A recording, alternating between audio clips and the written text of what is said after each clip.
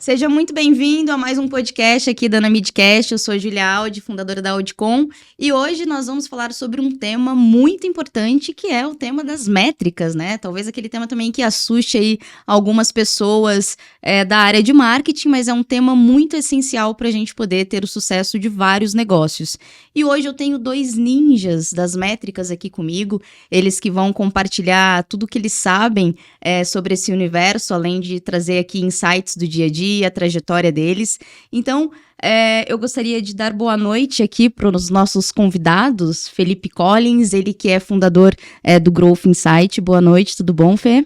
Oi, Ju, tudo bem? Oi, Dani, que está aqui conosco. Olá, você que está em casa, ou no carro, ou em algum lugar nos assistindo, ou escutando no seu player favorito de áudio. É um prazer estar aqui.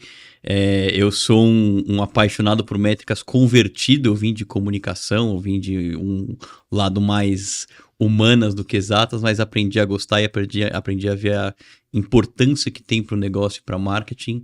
Então, estou muito animado para a nossa conversa. Obrigada, eu também. Boa noite, tudo bom, Dani? Oi, Ju. Oi, Fê, tudo bom? Boa noite. Super prazer estar aqui. Animado com esse papo aqui, já trazer muita provocação, né? Eu gosto muito de métrica, Também acho que ela tem suas limitações, gosto muito de criatividade também. Então, vou ajudar, acho que tentar colocar as coisas no lugar. Legal. E talvez algumas polêmicas também, Talvez, né? A gente vai trazer aqui hoje. O cara é CEO da Uncover, que é uma ferramenta de métricas, e fala que gosta de métrica, mas tem algumas coisas, eu já tô ansiando. Tá tímido, né? Desde que eu comecei a ganhar dinheiro com dados, eu começo a falar, dados não importam tanto. Bom, métricas são importantes no nosso dia a dia. A gente sabe que a gente hoje acaba medindo tudo. Quantidade de passos que a gente dá, saldo na conta bancária, quantas vezes alguém viu ali os nossos status no WhatsApp, no Instagram, enfim. A gente acaba querendo medir tudo. E isso não é diferente no mundo do marketing, né? Eu gostaria que vocês começassem aqui, né, antes da gente entrar um pouco nesse assunto, para a gente poder falar um pouco da trajetória de cada um de vocês. Começando por você, Dani, você que é fundadora aí da Uncover, né? Como que você entrou nesse mundo de dados, né? O que foi aquele momento eureka? Nossa, preciso fundar a Uncover, encontrei aqui uma solução para muitos problemas que hoje a gente tem no marketing. Tá, Bom, eu sou um acadêmico que foi pro mercado, né? Então eu fiquei 9 anos no mundo acadêmico e vivi um pouco bem. Fiz publicidade lá na USP primeiro, achando que eu ia ser criativo. Logo comecei a fazer muita pesquisa. Era bem ali o boom do Big Data, métricas estava começando. Então fiz toda a minha pesquisa acadêmica nesse lado. Aí eu fiz depois uma graduação em economia lá também e um mestrado em matemática. Então, a minha trajetória acadêmica, ela começou na comunicação e foi ficando mais e mais quantitativa até chegar na matemática.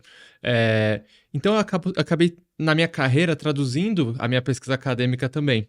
Lá na USP, a gente fazia muita pesquisa num grupo que chamava Datacracia, que era sobre justamente aplicação de dados e algoritmos ao mundo de mídia, mapeamentos de mídia e tal. Então, minha pesquisa acadêmica foi ali. E no mercado, comecei na Nielsen. Nielsen foi a principal escola para mim. Eu acho que a Nielsen é a maior empresa de dados e pesquisa do mundo. Mas também comecei a entender muita oportunidade de como que a gente pode ganhar automação, agilidade e extrair mais valor dos dados. E aí que fundei a Uncover em 2020 e aí cá estamos. Então, eu diria que a minha trajetória e a fundação da Uncover não tem um grande momento eureka, assim. Para mim é quase que minha vida inteira minha carreira toda levou a esse momento, sabe? Primeiro no mundo acadêmico, nesses dois lados, depois na Nielsen, entendendo os problemas de mercado. Estive em outras consultorias de mercado também, mas vendo os mesmos problemas. E a Uncover foi só a minha fala, vou fazer do meu jeito. E aí começamos eu e meu irmão em 2020. E aí, para quem está nos acompanhando aqui no podcast, você poderia resumir o que é a Uncover? O que vocês fazem? Tá. A Uncover tenta resolver, assim, eu falo, tem esse santo graal da comunicação e do marketing, né, que é responder 3 questões. Qual que foi o retorno dos meus investimentos em marketing? Olhando para todos os investimentos. Online, offline, awareness, consideração, conversão, branding, influencer, CRM. Qual que foi o retorno de cada coisa? TV, enfim. Segunda questão, onde eu invisto para maximizar meu resultado? Então você sabe seu retorno do passado, você vai saber o seu do futuro. E o terceiro é uma visão de forecasting, previsão, que é, se eu ganhar 10 milhões para investir em mídia, quanto eu vou vender a mais? Então a Uncover nasceu para responder essas 3 questões. Qual foi o retorno, onde eu invisto e quanto eu vou vender, qual que é a previsão.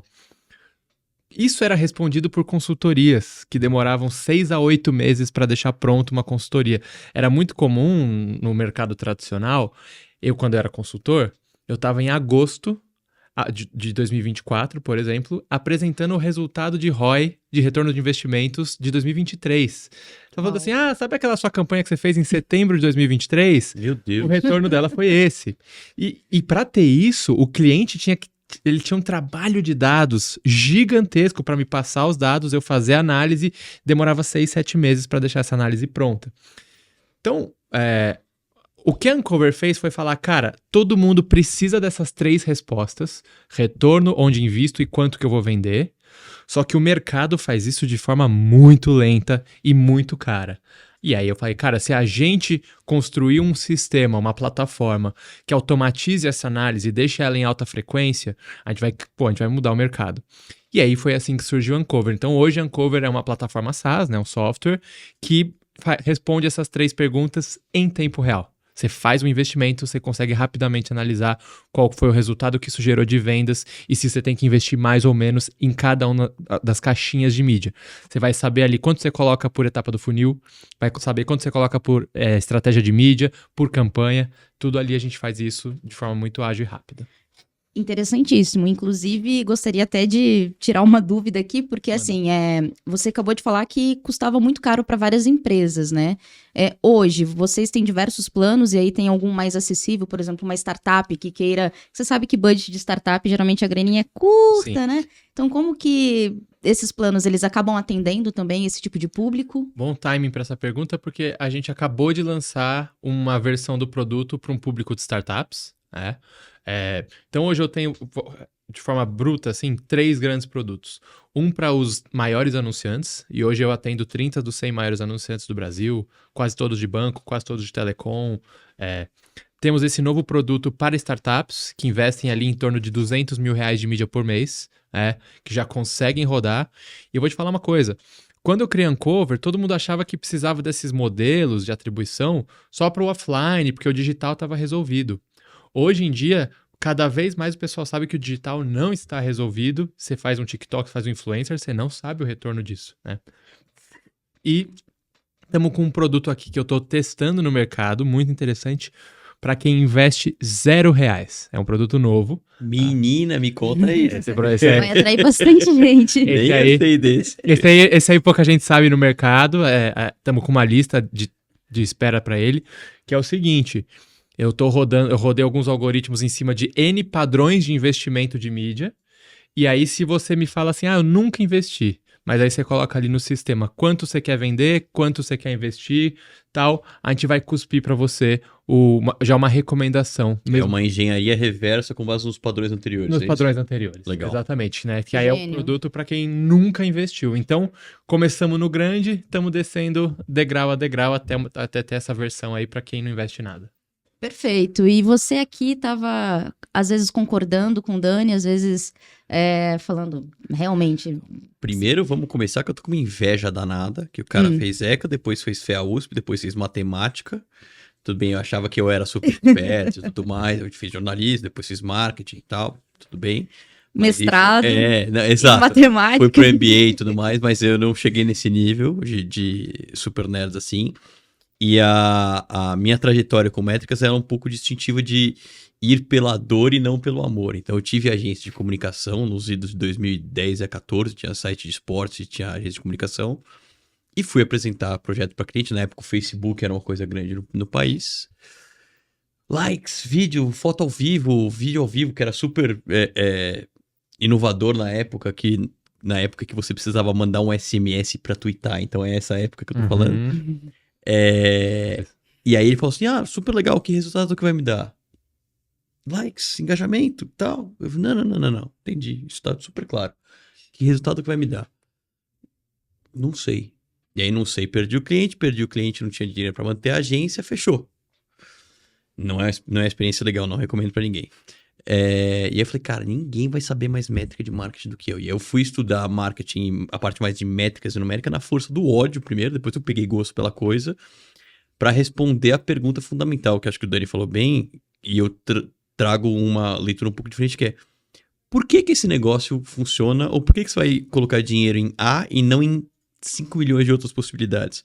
E agora com o mercado indo para uma leitura mais contemporânea, né? Mercado de mídia, mercado de alocação de investimento de marketing, ele está cada vez mais fragmentado. Então, o Daniel falou, TikTok, tem LinkedIn, tem influencers, tem branding, tem out of home, você pode voltar para mídias tradicionais, você pode fazer podcasts como esse aqui. Tem programática de N maneiras. Então, a gente tem algumas certezas assim, que é morte impostos, CAC de mídia paga vai ficar mais caro, se você continuar não sendo igual, porque tem mais gente entrando, e você vai ganhar cada vez mais canais que podem tentar tomar essa batalha pela atenção.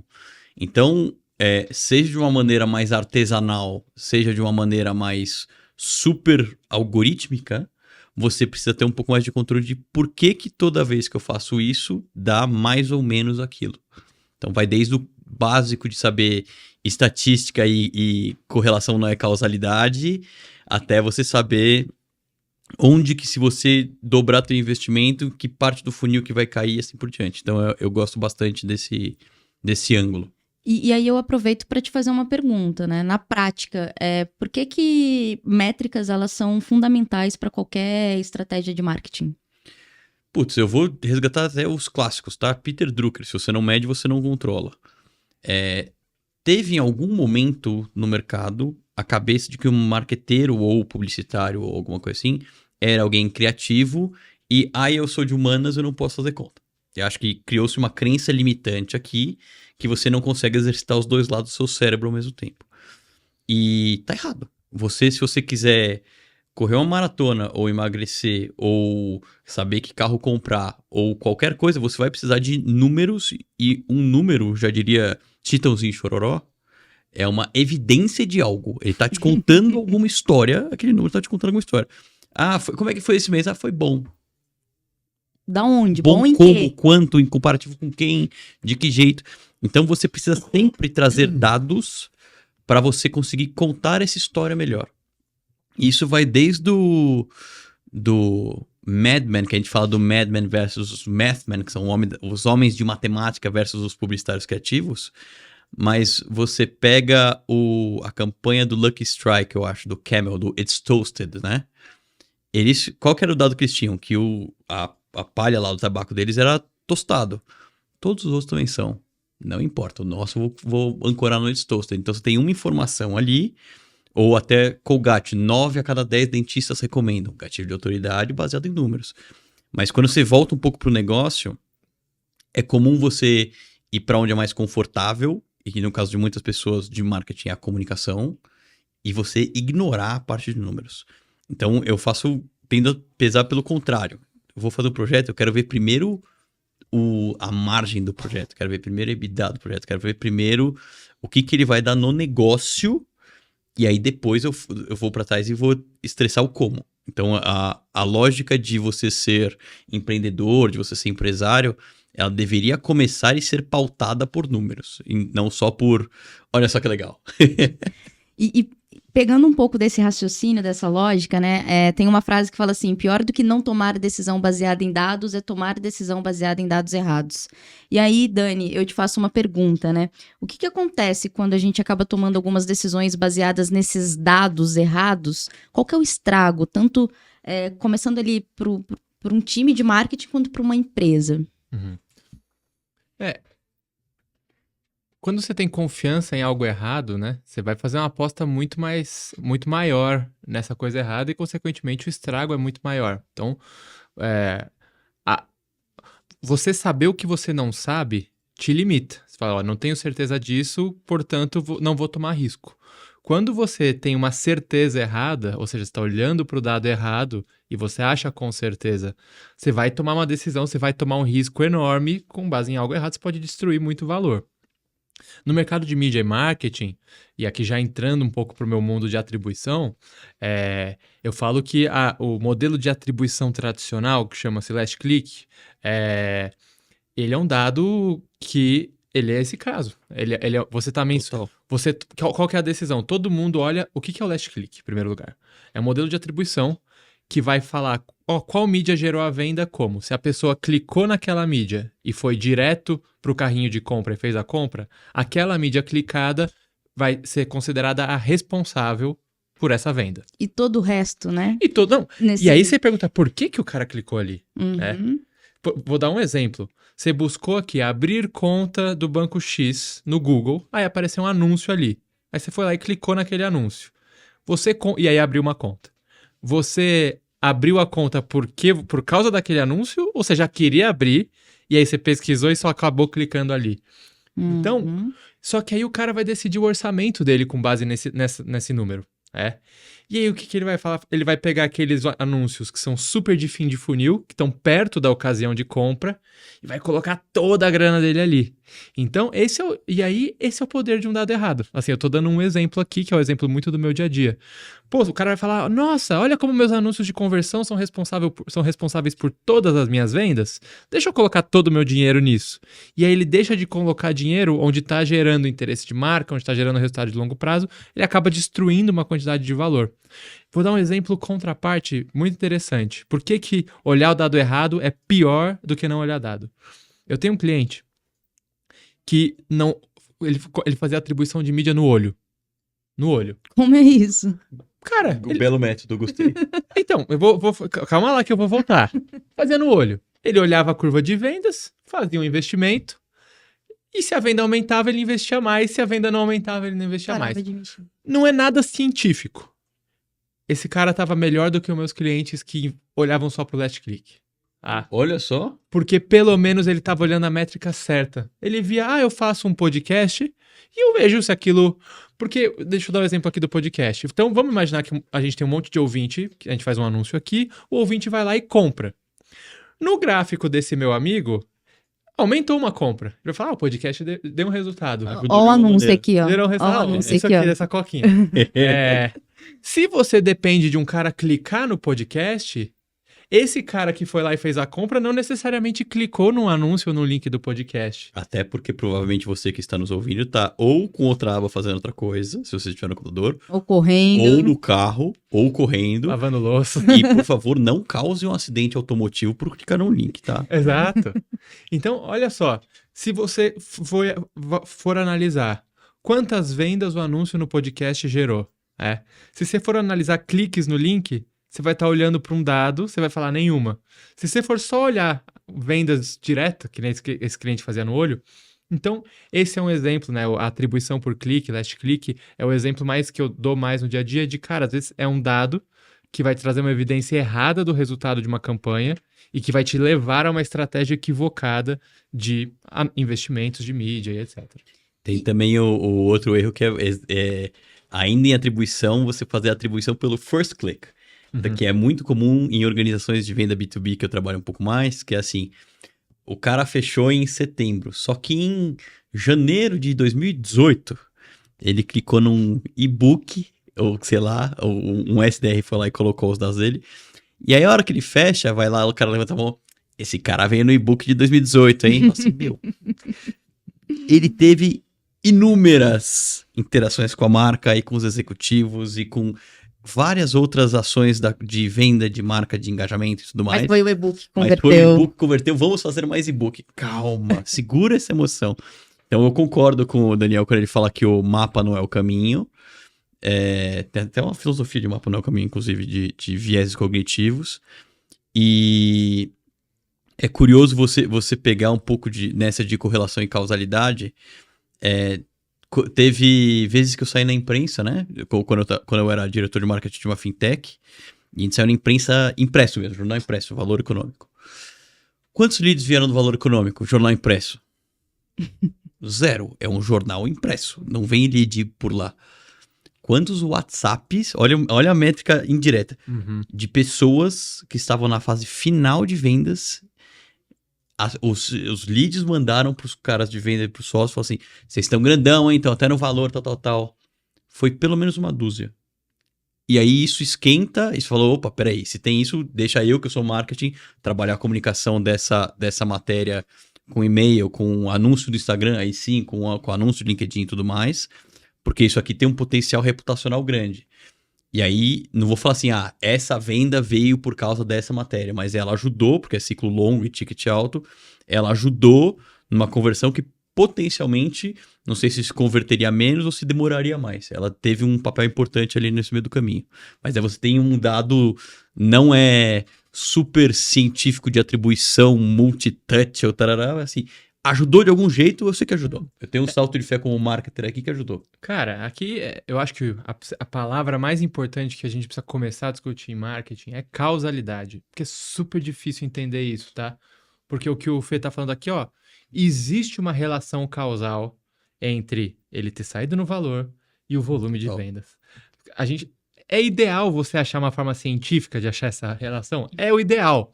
Mas ele falou que, ele sabia que existia essa relação causal, né? Então não tem por que você ignorar isso e olhar só para clique, né? Que é o que a gente chama de... O clique é um dado que a gente chama de determinista, ou seja, não tem nenhuma estatística, clicou ou não clicou. É determinista, só que vai te dizer muito pouco. Você precisa olhar para o dado causal, que é probabilístico, né? Que é a forma certa da gente analisar as coisas. E quando a gente está falando sobre métrica, né? Aqui você falou sobre vários tipos de canais, né, para poder criar campanhas e tudo mais. Como que a gente pode definir qual que é a métrica correta para cada tipo de campanha? Porque se hoje a gente olha uma empresa de determinado tamanho, B2B, enfim, diferente de uma startup, uma métrica vai funcionar para um tipo de segmento e não vai funcionar para outro. Okay. Então, como que a gente define a melhor métrica para cada tipo de campanha? Boa.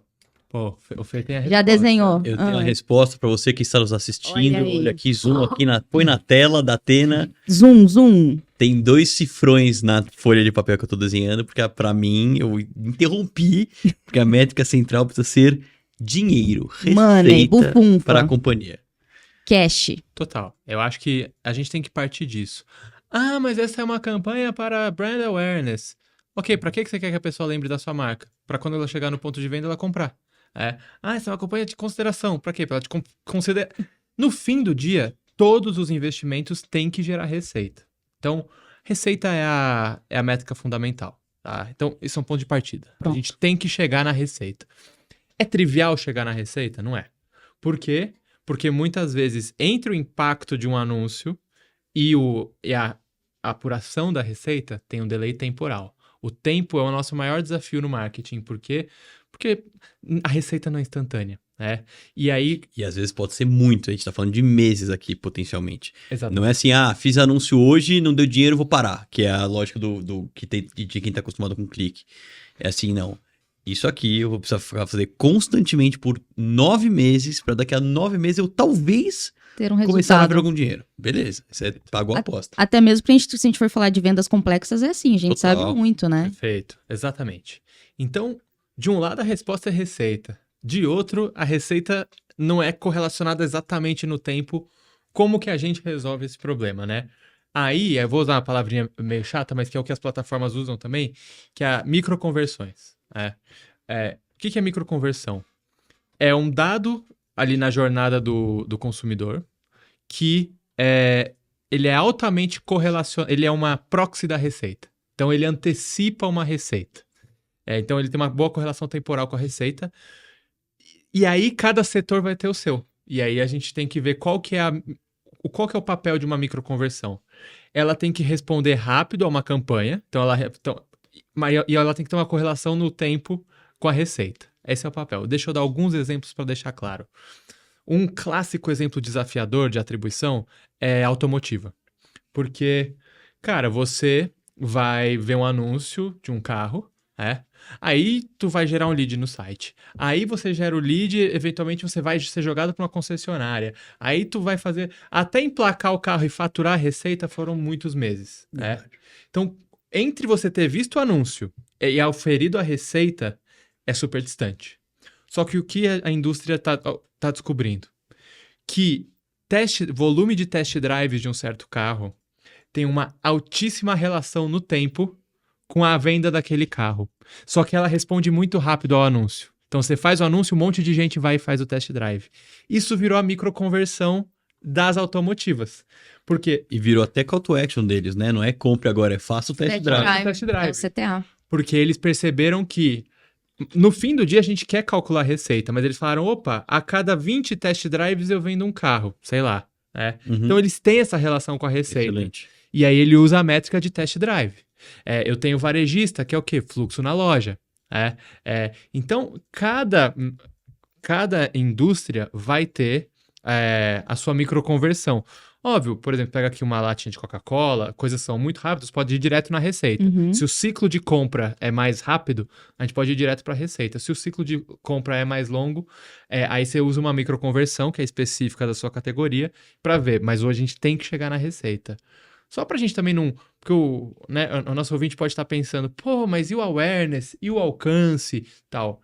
Pra mim, acho que são coisas diferentes. Uma coisa, você me perguntou assim, como que eu avalio o resultado de uma campanha? O resultado é o resultado de negócio, Uhum. né? Esse é o resultado de uma campanha. Eu preciso entender taticamente como que eu faço essa campanha performar melhor, falar com o público que eu quero, tal. Para que ela gere mais receita, aí você vai ter muitas... Aí sim, cada campanha é uma campanha. Tem sua estratégia. Vai ter a sua estratégia, a TV você vai ter que olhar para audiência, cohort, vai ter um monte de coisa. Agora, se eu quero mensurar o resultado, que nem o Fê começou, receita. Exato. E eu sempre que eu começo falando de receita, eu tenho um cuidado, porque eu acho que tem uma parcela de marketers que, com meu perdão de francês aqui, ficou preguiçoso. Por quê? Porque é muito mais fácil você ver o gráfico do Meta Ads, o gráfico do Google Ads, para ver quanto clicou, qual que é o CPC, qual que é o CPA, qual que é o CP, qualquer coisa. Especialmente quando você não tem esse nível ferramental tão apurado, você está falando de Uncover ou de outras ferramentas super maiores que demandam mais budget, o jeito de pouco risco, para não falar algum outro termo aqui, de você fazer marketing é você apostar no que tem métrica imediata. Porque pelo menos eu sei que eu não estou fazendo tão errado, só que isso, no médio prazo ou no longo prazo, você pode estar destruindo o valor. Vocês devem ter visto o caso da Nike recentemente, que até desaposentou um CEO com 30 e tantos anos de carreira, porque eles investiram, e aqui a análise não é minha, né? Financial Times e vários outros que analisaram com detalhe o período e os balanços. Eles, durante 4, 5 anos, investiram em canais D2C, que é direto para o consumidor, que é venda mais imediata, cortaram todas as marcas, ou as áreas de futebol, basquete, golfe, que eram marcas por esporte, áreas de marketing de marca por esporte, viraram homem, mulher e infantil. Como se eu, que gosto de basquete, NBA e, sei lá, futebol e etc., fosse o mesmo consumidor que o Daniel, que gosta de corrida e, sei lá, caminhada e outras coisas. E aí colocaram muito dinheiro nas mídias que você consegue medir fácil, performance, etc, para apostar nessa conversão imediata. Tiraram verba de marketing de dentro de loja, tiraram verba daquelas campanhas publicitárias malucas. Branding. Pararam de patrocinar algumas centenas de atletas. Então você vê que no curto prazo, você vê ali durante a pandemia, teve um pico de vendas dele, excelente. Só que no médio e no longo prazo, você abre espaço para para Roca, para N marcas que não estavam, que estavam atacando pelo flanco essa marca que foi esquecida, para puxar. Mas você está se contradizendo aqui, você está falando que a métrica é receita, mas você está defendendo campanha de branding. Se você tem um volume X de campanhas de marca e esse volume X te contribui para uma aquisição de receita Y, a gente está falando de receita no final do dia. Então, nem tudo a métrica precisa ser no dinheiro ou, sei lá, no número de levantadas de mão. Às vezes você quer atingir um público específico, cara, quero falar com publicitários, não sei falar com eles, quero pelo menos tentar abrir esse mercado, posso fazer pesquisa, posso analisar o meu CRM para ver quantos publicitários X ou Y eu tenho na minha base antes e depois da ação, posso ver quantos novos leads ou quantos novos acessos eu peguei no site depois dessa campanha, enfim, você tem vários... o Daniel falou das microconversões, mas tem outro termo que são os leading indicators. Uhum. Então, vamos supor aqui, Júlia, você tá ali no seu app de dating favorito. o seu Tinder, Bumble, sei lá, qualquer um desses. Você deve ter na sua cabeça que para cada X swipes, ou qual que é o termo técnico certo que você faz, você abre Y conversas, a cada Y conversa você manda Z pessoas pastarem em uma fração pequena, são interessantes, e dessas pequenas que são interessantes, você consegue fazer um date.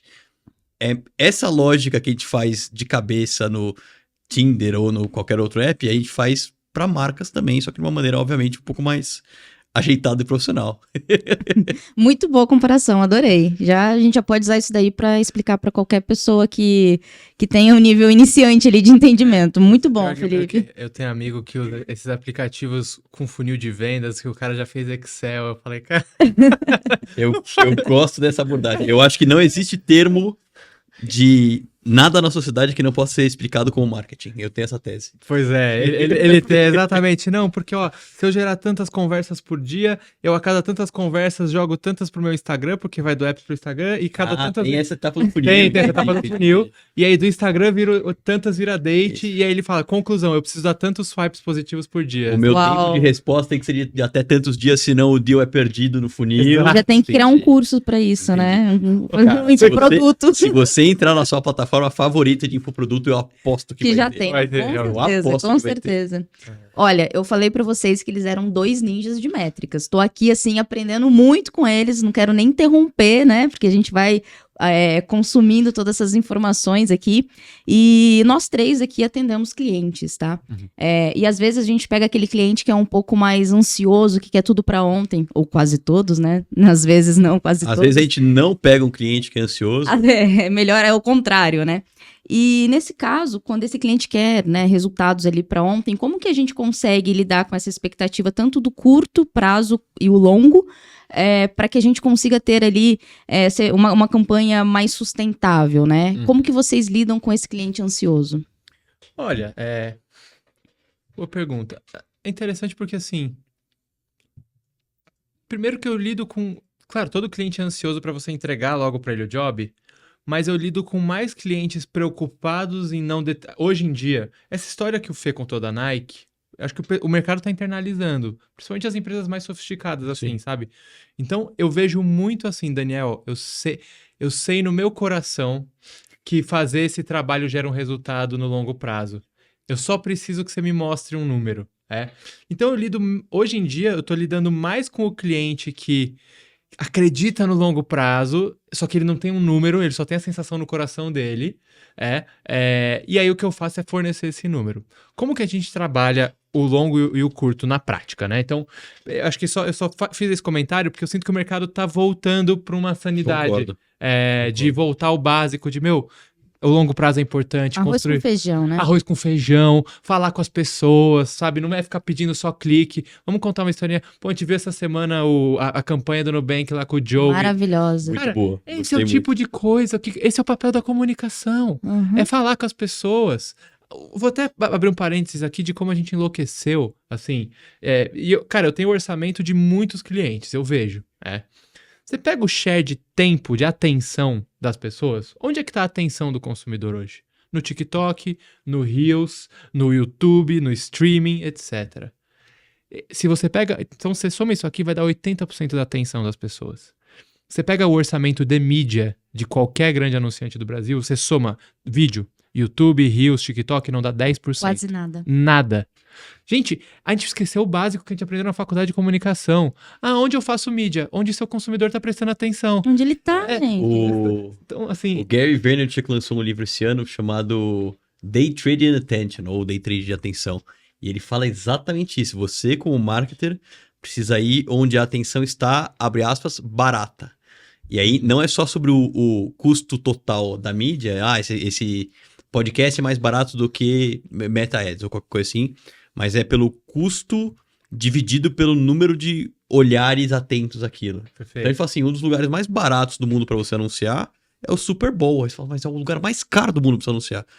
Mas todos os olhos estão ali e toda a repercussão tá lá. Tanto que a gente lembra, 3 anos depois do anúncio do Coinbase, que colocou simplesmente um anúncio de fundo de tela do Windows com QR Code.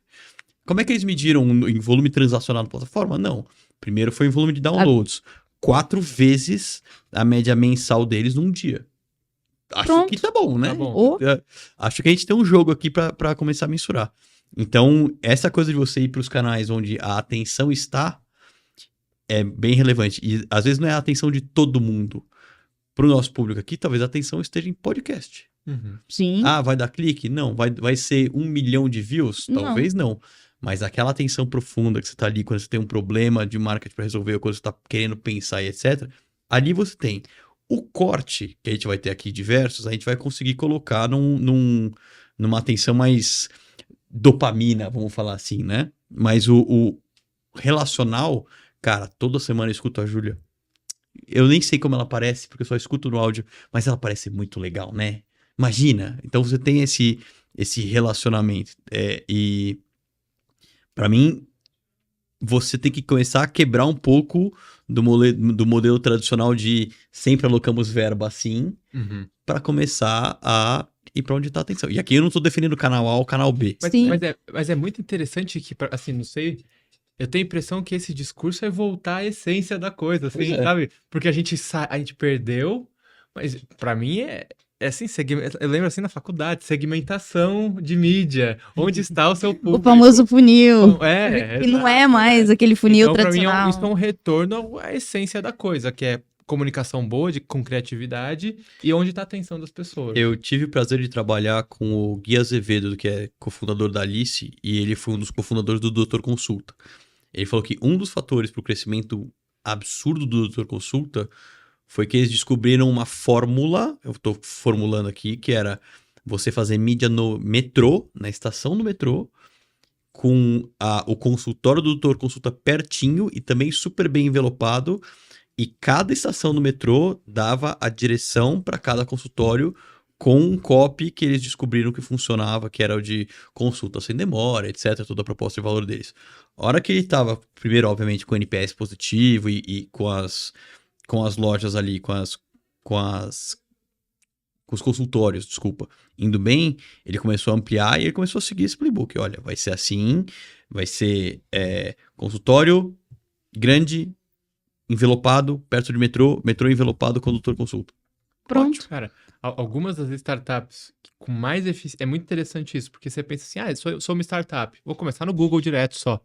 Eu vejo que algumas das startups que têm as estratégias mais inteligentes de aquisição foram para lugares não óbvios, que nem ele falou. Fez mídia exterior no Doutor Consulta no metrô. Se a gente pensa no começo da Salve, ela fez uma aposta em creator pesada. Verdade. Uhum. Que foi o que fez a Salve acontecer. Claro que depois ela começou a investir em conversão. É que tem essa regrinha de bolso, né? Você começa com Google e Meta, depois você começa a fazer essas coisas. Uhum. Não é necessariamente. Eu tenho até um exemplo, né? Na época que eu trabalhava no mercado Bitcoin, isso tem uns 6 anos atrás, ou 7, não sei. E que realmente virou até o mote da campanha deles, né? Quando tudo era mato lá. Hoje, inclusive, tem várias questões ali de restrição que cripto você não pode anunciar em Google, em Face, em nada. Então, assim, a gente tinha que pensar, cara, o que a gente vai fazer para poder atrair a galera? Então, a gente focou em SEO. Hoje, mercado Bitcoin tem diversas keywords ranqueadas em primeiro lugar. Então, a gente focou nisso. E influenciadores, na época, né? Principalmente micro. Justamente por causa disso.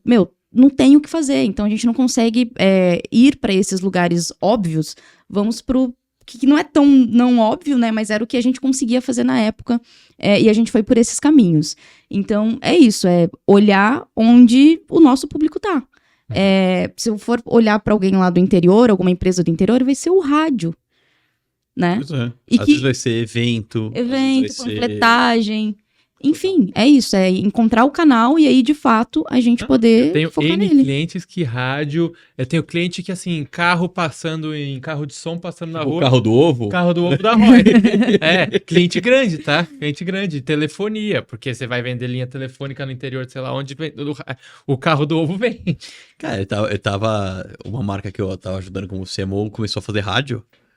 E assim, a compra totalmente online. O cara foi no escritório da marca. Escutei vocês no rádio. Faz um orçamento pra mim. Olha aí.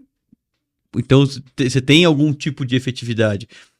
Quando eu tava à frente de uma fintech, a gente fez relógio de rua. 2 relógios de rua. 0,2.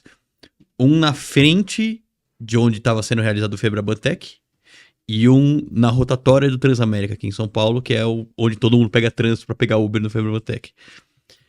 Como é que eu medi? Teve uma mensuração super apurada. Não. O relógio de rua direcionava pro stand e eu só fiquei de butuca ali no stand vendo... vi vocês em algum lugar. Nossa, vocês estão em todo lugar, né? 2 relógios de rua só, por 2 dias. A mulher que vendia a mídia, ela deu até risada. Você não quer envelopar o bairro, você não quer envelopar... Não. Eu quero esses 2 só por 2 dias de evento.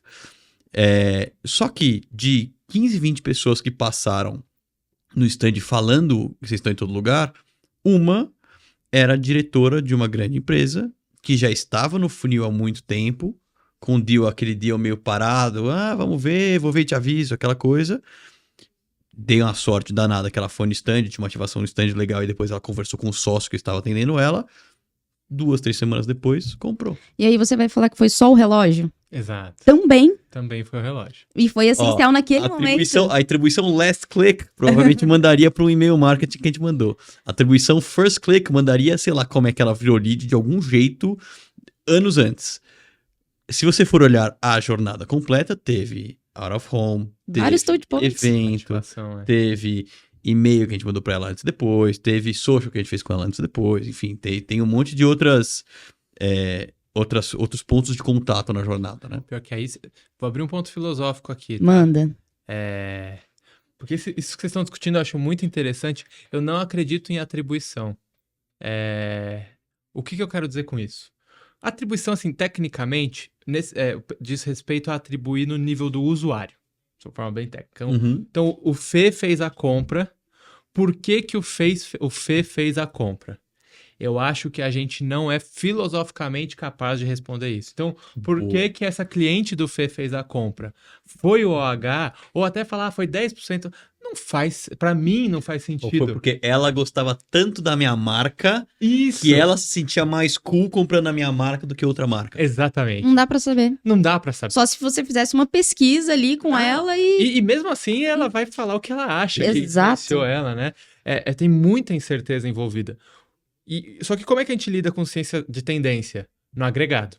E aí que eu acho que a gente consegue trazer muita resposta, que eu não sei por que o Felipe comprou. Mas agora, de tudo que foi vendido da minha marca, dos 10 milhões, eu consigo estatisticamente mostrar que 1 milhão é explicado pelo OH, né? Então, por isso que é uma provocação, mas a atribuição é a crença de que eu consigo explicar por que cada usuário comprou. E eu, filosoficamente, não acredito que a gente nunca vai chegar lá. Isso é um santo grau que a gente não vai chegar. Agora, eu consigo olhar para o todo e falar desse todo, quanto que a TV explica dessa variação, né? E aí, porque no agregado as tendências sociais no agregado é muito mais fácil explicar do que o comportamento de um indivíduo. Paz de espírito muito maior, né? Ele falou, não, esse cara eu sei, o Rockstack, que é uma ferramenta gringa, soltou uma pesquisa esses meses atrás. Você precisa de 1920 touch points para ir de lead até venda, numa venda B2B complexa. Eu vi muito marketer que não sabia interpretar essa informação e saiu para criar mais blog posts, saiu para criar mais coisa, porque você precisa de 1920. Não, amigos. É assim, existe um ciclo, ele é longo, você pode ter mais, você pode ter menos. Tem gente que mesmo que o produto seja complexo e de venda cara, você vai chegar, você vai fazer uma reunião, vai dar o fechado, e por que o cara comprou? Agora, tem até uma história acho que é da Jaguar, salvo engano. Assim, por que você anuncia sendo que seu produto é super caro, é super exclusivo? Ele fala assim, não tô anunciando pro meu cliente agora. Tô anunciando pro meu cliente daqui a 20 anos. Daqui a 20 anos eu vou ser tão... Principalmente agora essa geração Z, né? Eu vou ser tão aspiracional que esse cara vai querer me comprar daqui a 20 anos. Beleza. Você acha que, sei lá, Rolex vai ter anúncio de conversão?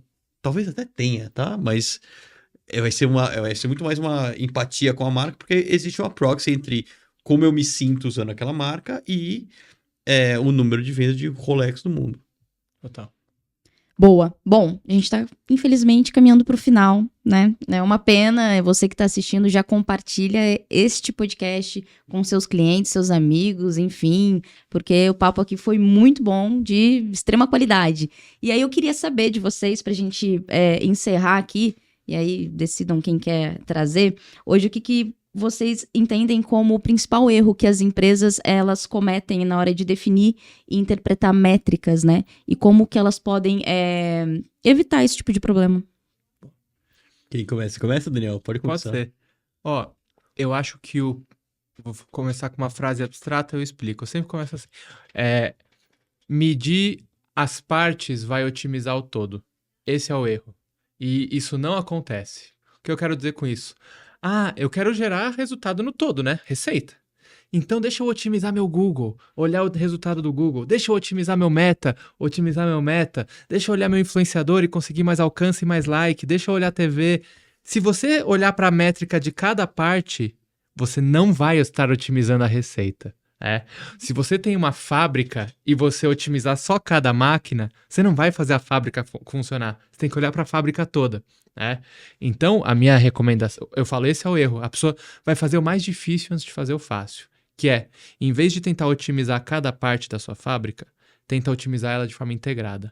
Olha para tudo e olha o que está gerando mais receita, em vez de olhar para cada um dos dados. Eu te prometo que vai ser simples, mais simples, você vai ter que olhar para menos dado e você vai estar olhando para o resultado do todo e não só o resultado de cada uma das partes, porque otimizar cada parte não necessariamente você otimiza o todo. Até mesmo porque a quantidade de dados que a gente tem no dia a dia, a gente pode tanto ficar enviesado, quanto também tomar decisões erradas, né? Porque assim, são muitos dados e você não tá medindo nada. Exato. No último ano foi produzida a mesma quantidade de dados do que toda a história pregressa. Toda a história pregressa. Eu tô falando de 11 de setembro, John Kennedy, Napoleão Bonaparte e dos dinossauros. Esses todos juntos não produziram a mesma quantidade de dados que a gente tem do ano passado. Então é muito fácil você ter paralisia pela análise. Assim, eu tenho tanto dado. Sabe quando você entra no avião, aquele cockpit de avião, que tem um monte de coisa? Você não consegue decidir nada. Então é melhor você olhar para menos informações no geral e fazer zoom in. Falar assim, cara, não sei porque que meu custo de aquisição tá aumentando tanto. Deixa eu entrar e ver o que tá. Do que você ir no CPC de cada campanha e tentar adivinhar. Então, o Daniel fez o corte vertical ou fazer o corte horizontal. Às vezes é melhor você piorar uma informação se você vai melhorar o todo. Dá um exemplo anedótico. Trabalhei numa empresa que vendia serviços de antifraude. E tinha lá uma gama de profissionais que entrava como lead. E a gente estava entrando no lead, mas não estava vendendo tanto. Eu falei, e esses caras aqui que a gente está vendendo, por quê? Ele falou, putz, a nossa solução ela é muito boa para serviço financeiro, só que ela não é tão direcionada para e-commerce. Então, quando o cara vem com e-commerce, já não dá tanto feed. Então, pera. Fui lá, coloquei uma pergunta a mais no questionário, coisa simples. Que setor você é? Serviços financeiros, e-commerce, indústria, piriri, pororó. Aumentou, diminuiu a taxa de conversão? Diminuiu. Diminuiu o número de leads qualificados? Diminuiu. Aumentou o número de vendas depois de 3 meses? Aumentou.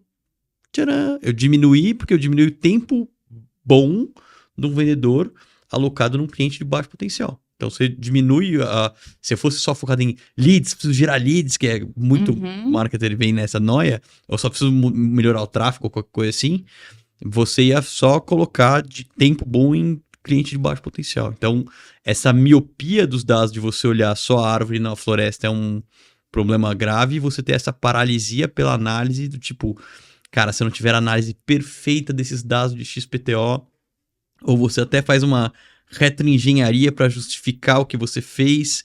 Isso é super comum em relação à agência cliente, já que a gente está falando entre agências. Não, fizemos uma coisa e deu errado, né? E só que eu preciso falar pro cliente que deu certo. Então eu vou procurar o número de pessoas canhotas que clicaram com o dedo do meio para falar que foi bom. Não, cara, aceita. A gente tá aqui no mercado de apostas. Seja transparente, Estamos apostando errando e o dado, de novo, é uma evidência. Deu certo, não deu certo. Deu certo, não deu certo. E aí, no acumulado, a gente vê se deu certo no tempo. E tem uma coisa, né? Nós que acabamos sempre atendendo alguns clientes, às vezes a gente fica alocado ou não, é aquilo. Pegou uma conta nova, um cliente, uma empresa, acho que a primeira coisa é arrumar a bagunça, que às vezes tá ali, né? É arrumar aquela bagunça, começar fazendo o arroz com feijão bem feitinho, depois você começa a temperar ele, né? Você faz o arroz com feijão, porque às vezes você só fazer o arroz com feijão também, e ele não tem um temperinho, ninguém come. Ele, né? Mas você tem que começar, você tem que fazer. depois você tempera. Vai trazendo uma misturinha e o negócio vai Você ficando não começa no bonitinho. creme brulee, né? É verdade. Tá. Bom, gente, eu agradeço muito a presença de vocês aqui. Obrigada mesmo, foi de verdade, como eu falei pra galera, foi uma verdadeira aula. E aí, gostaria de deixar com você, Dani. Primeiro aí, uma despedida, enfim, que você quiser falar aqui pra galera. Às vezes, alguém que tá assistindo, putz, por onde eu começo, né? Como que eu otimizo essa curva de aprendizado, enfim. Super legal, adorei o programa. Obrigado, Fê, obrigado, Ju. Olha, eu acho que se eu for falar por onde você começa, cria uma coluna no Excel da receita por dia do seu negócio. E só. Assim, pra começar, tá? Eu digo isso porque, pelo que você falou do creme brulee, do arroz e feijão e tal. Porque, cara, quanto marqueteiro que nem olha pra esse dado. Verdade. Nem olha. Se o cara já vai direto pra plataforma de analytics, já começa a fazer uma coisa super complexa. Então, eu vou falar, putz, antes, cara, puxa ali o resultado que você tá gerando, que o seu negócio tem de vendas ou de alguma microtransação por dia, e começa a sua análise a tentar entender o que mexe esse ponteiro. Esse é o início. Perfeito. Aí você vai para as coisas mais complexas, mas tem que começar pelo essencial. Então, para mim, uma coluna no Excel para isso. começar. E pra você, Fê? Gostei muito desse uma coluna do Excel, é verdade. Quantidade de marketer que não tem falado com o cliente e que não tem olhado o dado no detalhe assim, ou que só tem visto coisas muito complexas, tá muito grande. Você tem razão, Daniel. Eu voto com o relator aqui. Acho que dá para você ter... o nível de maturidade de métricas de uma organização varia. Se você está numa organização ainda super iniciante, o dado no Excel funciona. Se você está numa organização que demanda um número mais apurado, etc. Cara, ferramental existe. O que eu acho que é importante é toda decisão deveria ser amparada por algum tipo de informação e dados são informação. Então, acho que o principal é falar assim, quero alocar dinheiro em X, o que me diz que X é uma boa ideia? Como é que eu provo que eu tô ganhando ou perdendo? Qual que é o placar que eu vou seguir ali? É o número de gols que eu vou seguir ou qual que é o indicador que eu vou me basear? Então, acho que essa é a minha mensagem final. Obviamente, se você quiser me seguir com mensagem final, ao dia que esse podcast sair, eu vou estar ali olhando o número de assinantes da Growth Inside na newsletter. E se tiver um desvio, eu vou atribuir a este podcast. Perfeito, perfeito. E o meu conselho na verdade, começar a praticar, né? Você precisa... a teoria é muito, muito bonita, mas a gente só aprende mesmo na prática. Então, testa, começa, se você vai errar, né? Acaba documentando esses erros, porque só com isso você vai conseguir ter ali uma otimização melhor de todas as suas estratégias, né? E o todo, se você testar, se você praticar, tá? Então é isso. Obrigada, meninos, mais uma vez. Obrigado para você que nos acompanhou até agora e até o próximo episódio. Valeu!